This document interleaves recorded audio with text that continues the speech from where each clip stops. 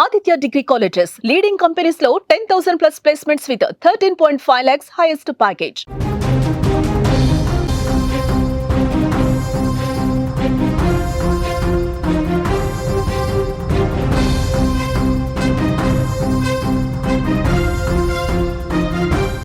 Breaking news చూస్తున్నాం. ఇవాళ తెలంగాణలో రేషన్ కార్డుల పంపిణీ.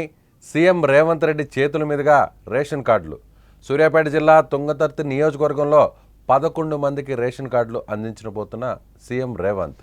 రాష్ట్ర వ్యాప్తంగా 3,58,000 మందికి రేషన్ కార్డులు.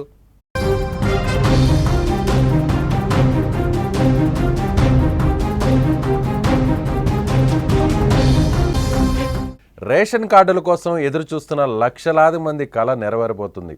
తెలంగాణలో రేషన్ కార్డుల పంపిణీకి రంగం సిద్ధమైంది. సీఎం రేవంత్ రెడ్డి చేతుల మీదుగా నేడే రేషన్ కార్డుల పంపిణీని ప్రారంభించబోతున్నారు. సూర్యాపేట జిల్లా తుంగతుర్తి నియోజకవర్గంలోని 11 మందికి మొదట సీఎం రేషన్ కార్డులు అందించబోతున్నారు. అనంతరం రాష్ట్ర వ్యాప్తంగా 3,58,000 మందికి లబ్ధిదారులకు ఈ రేషన్ కార్డులు చేరబోతున్నాయి. ఈ మేరకు భారీ బహిరంగ సభను ఏర్పాటు చేస్తున్నారు. సుమారు 80,000 మంది ఈ సభకు హాజరు కాబోతున్నారు. రేషన్ కార్డులు పంపిణీ అనంతరం సీఎం మాట్లాడబోతున్నారు.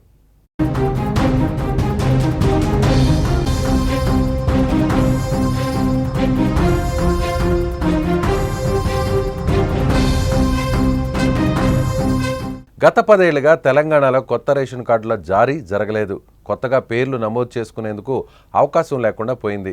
కాంగ్రెస్ ప్రభుత్వం అధికారంలోకి వచ్చిన తర్వాత ఈ ప్రక్రియను పునఃప్రారంభించింది. ఇందులో భాగంగా ప్రజాపాలనలో దరఖాస్తులు తీసుకున్న ప్రభుత్వం అనర్హుల పేర్లను తొలగించే ప్రక్రియను చేపట్టింది. 3 నెలలుగా బియ్యం తీసుకున్న అర్హత లేని వారి పేర్లను తొలగించింది. చివరికి అసలైన లబ్ధిదారులకే కార్డులు ఇవ్వాలనే ఉద్దేశంతో ప్రక్షాళన చేపట్టి చివరి లిస్టును రెడీ చేసి వారికి ఇప్పుడు కార్డులను అందజేయబోతోంది.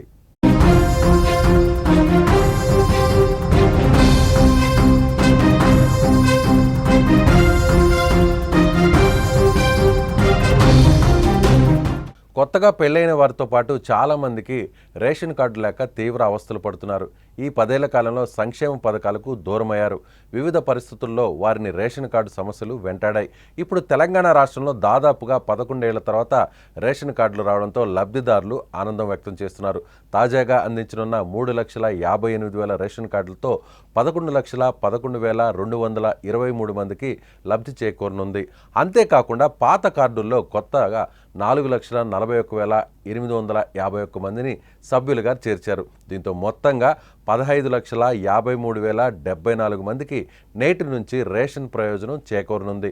కొత్త రేషన్ కార్డుల జారీతో రాష్ట్రంలో రేషన్ కార్డులు మొత్తం సంఖ్య ఇప్పుడు సుమారు 95,50,000కు చేరుకోబోతుంది.